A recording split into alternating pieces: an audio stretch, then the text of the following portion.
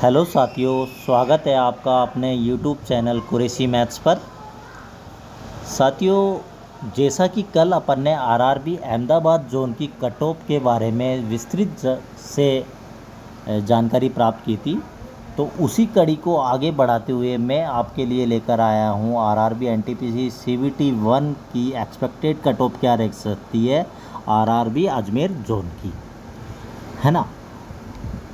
कई बच्चों के मन में ये डाउट हो रहा है, जिन भी बच्चों ने आरआरबी अजमेर जोन से फॉर्म लगाया है कि आरआरबी अजमेर जोन से कट ऑफ हाई रहती है, हम सीवीटी 2 के लिए एलिजिबल हो पाएंगे या नहीं हो पाएंगे। कई बच्चे घबरा रहे हैं कि हम सीवीटी 2 की तैयारी करें या नहीं करें। उन सभी बच्चों का डाउट्स क्लियर करने के लिए मैं आपके लिए ये वीडियो लेकर आया हूँ। तो वीडियो को ज़रा भी स्किप नहीं करें, वीडियो को पूरा देखें, ठीक है। और जो भी शख्स चैनल पर पहली बार आए हैं वो चैनल को सब्सक्राइब करके चैनल का बेल आइकन का बटन प्रेस कर लें, ताकि उनको हर कॉम्पिटिटिव एग्ज़ाम से रिलेटेड सारी जानकारी टाइमली मिल पाए, specially for SSC and railway. क्योंकि इस चैनल का उद्देश्य यही है कि हर कैंडिडेट्स को सभी एग्ज़ाम से रिलेटेड जानकारी टाइमली मिल पाए, ठीक है। तो वीडियो को शुरू करते हैं बिना किसी देरी के। आप लोगों को आरआरबी अजमेर जोन की कट ऑफ बताने से पहले मैं आपको बताना चाहूँगा कि आरआरबी अजमेर जोन से जो वैकेंसी है टोटल, वो टोटल वैकेंसी कितनी है। वो टोटल वैकेंसी आपको मैं बताना चाहूँगा कि टोटल वैकेंसी 132 वैकेंसी है, ठीक है। जिसमें अगर मैं यूआर कैटेगरी की बात करूँ तो यूआर कैटेगरी की 56 वैकेंसी हैं। एससी कैटेगरी की बात करूँ तो एससी कैटेगरी की 20 वैकेंसी हैं। एसटी कैटेगरी की अगर बात करूँ तो एसटी कैटेगरी की 7 वैकेंसी हैं। ओबीसी कैटेगरी की बात करूँ तो ओबीसी कैटेगरी में 35 वैकेंसी हैं। और अगर ईडब्ल्यूएस की बात करूँ तो ओनली 14 वैकेंसी ही ईडब्ल्यूएस की है। तो मतलब काफ़ी कम पोस्ट दिखाई दे रही है आरआरबी अजमेर जोन से। तो कंपटीशन तो टफ रहेगा, नो डाउट कि कंपटीशन कम रहेगा या कट ऑफ कम चली जाएगी, इसमें कोई डाउट नहीं है कि आरआरबी अजमेर जोन की आरआरबी एनटीपीसी सीवीटी 1 की कट ऑफ हाई रहेगी, ठीक है। ये तो आप मुझसे लिख के ले लो कि आरआरबी एनटीपीसी सीवीटी 1 के लिए जो सेफ स्कोर रहेगा वो आरआरबी अजमेर जोन का सबसे हाई रह सकता है, क्योंकि आरआरबी अजमेर जोन हमेशा से ही कट ऑफ को लेकर रेड जोन में रहा है, ठीक है। अब अपन इसकी कट ऑफ के बारे में बात करने से पहले इसमें कैटेगरी वाइज पोस्ट देख लेते हैं कि कौन कौन सी पोस्ट के लिए वैकेंसी इसमें यहाँ पर है। तो यहाँ पर है चीफ कमर्शियल कम टिकट सुपरवाइज़र की वैकेंसी। टोटल वैकेंसी है 14 वैकेंसी, जिसमें एनडब्ल्यूआर में 6 वैकेंसी हैं, एनडब्ल्यूआर में 8 वैकेंसी हैं, और डब्ल्यूसीआर में जो वैकेंसी है वो 6 वैकेंसी। इस तरीके से टोटल वैकेंसी कितनी हो रही है, 14 वैकेंसी हो रही है, जो कि चीफ कमर्शियल कम टिकट सुपरवाइज़र की है, ठीक है। दूसरे नंबर पर अगर अपन बात करें तो वो वैकेंसी है स्टेशन मास्टर की अगर बात करें तो ओनली डब्ल्यूसीआर में वैकेंसी खाली हैं, और जो टोटल वैकेंसी खाली हैं वो 11 वैकेंसी खाली हैं ओनली स्टेशन मास्टर की। ये रही स्टेशन मास्टर की बात, ठीक है। अगर अपन गुड्स ट्रेन मैनेजर की बात करें तो गुड्स ट्रेन मैनेजर में ये लेवल 5 की पोस्ट होती है, और इसमें एनडब्ल्यूआर मतलब एक एनडब्ल्यूआर में 77 पोस्ट बाकी हैं, खाली है सॉरी, और एक में 24 पोस्ट खाली है, ठीक है। सॉरी 77 पोस्ट ही खाली है, 24 पोस्ट सीनियर क्लर्क कम टाइपिस्ट की है।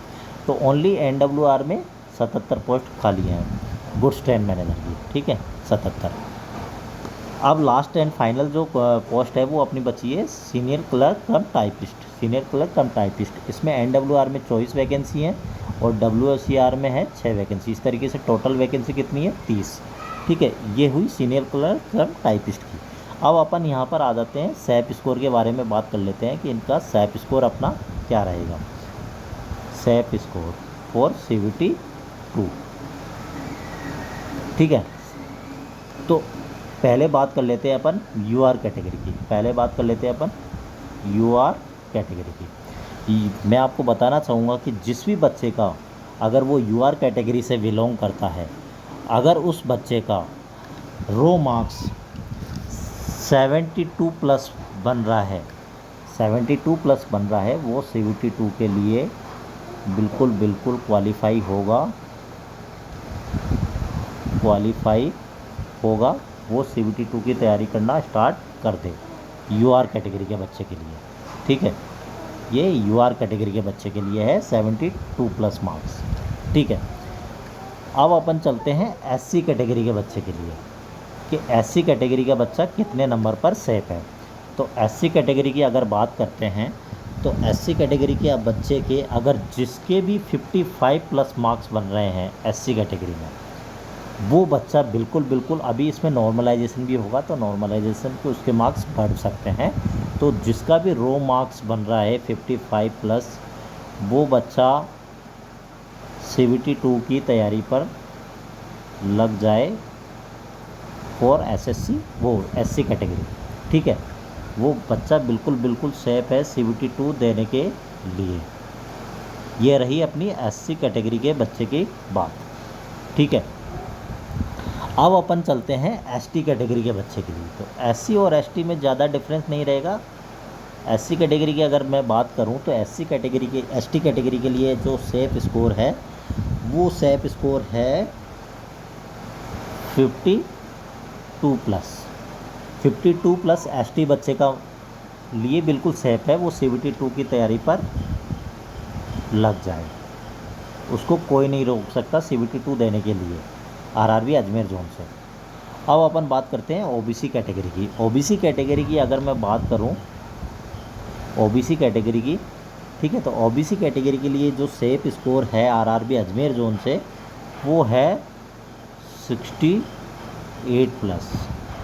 ठीक है, जिसका भी जो भी बच्चा OBC से बिलोंग करता है और उसका मार्क्स 68+ रो मार्क्स बन रहा है, वो CBT 2 देने के लिए बिल्कुल क्वालिफाई होगा। वो बिना किसी देरी के अपने CBT 2 की तैयारी पर लग जाए, उसको कोई नहीं रोक सकता CBT 2 देने के लिए OBC बच्चे के लिए, जिस भी बच्चे का ये मार्क्स बन रहा है। ठीक है, 68। अब अपन लास्ट एंड फाइनल EWS वाले बच्चे के लिए बात कर लेते हैं कि EWS वाले बच्चे के लिए सेफ स्कोर क्या है।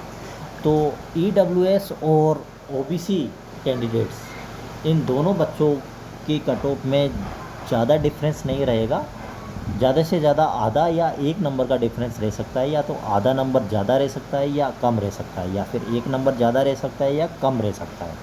तो इस तरीके से मैं अभी कम लेकर ही चल रहा हूँ, क्योंकि EWS के जो कैंडिडेट्स हैं वो अभी इतने मिल नहीं पा रहे जितने OBC कैंडिडेट्स के मिलते हैं। तो EWS के लिए जो सेफ स्कोर रहेगा वो रहेगा अपना 67+ रो मार्क्स। जिस भी बच्चे का 67 रो मार्क्स बन रहा है EWS कैटेगरी वाले का, वो बच्चा बिल्कुल CBT 2 देने के लिए रेडी रहे। और मैं तो कहता हूँ कि तैयारी पर लग जाए ज़ोरों शोरों से। जिसका भी EWS बच्चे का 67 मार्क्स बन रहा है वो बिल्कुल सेफ है, वो CBT 2 देगा ही, उसको कोई नहीं रोक सकता। ठीक है, अभी ये मैंने रो मार्क्स बताए हैं, इसमें अभी नॉर्मलाइजेशन और होगा तो कट ऑफ और बढ़ सकती है। ठीक है, अगर आपको वीडियो पसंद आई हो तो वीडियो को ज़्यादा से ज़्यादा लाइक कीजिए और शेयर कीजिए, ताकि ज़्यादा से ज़्यादा बच्चों तक ये पहुंच पाए। ठीक है, बस मेरा तो यही उद्देश्य है। बाकी आप कमेंट करके बताइए कि वीडियो आपको कैसे लगी। Thank you.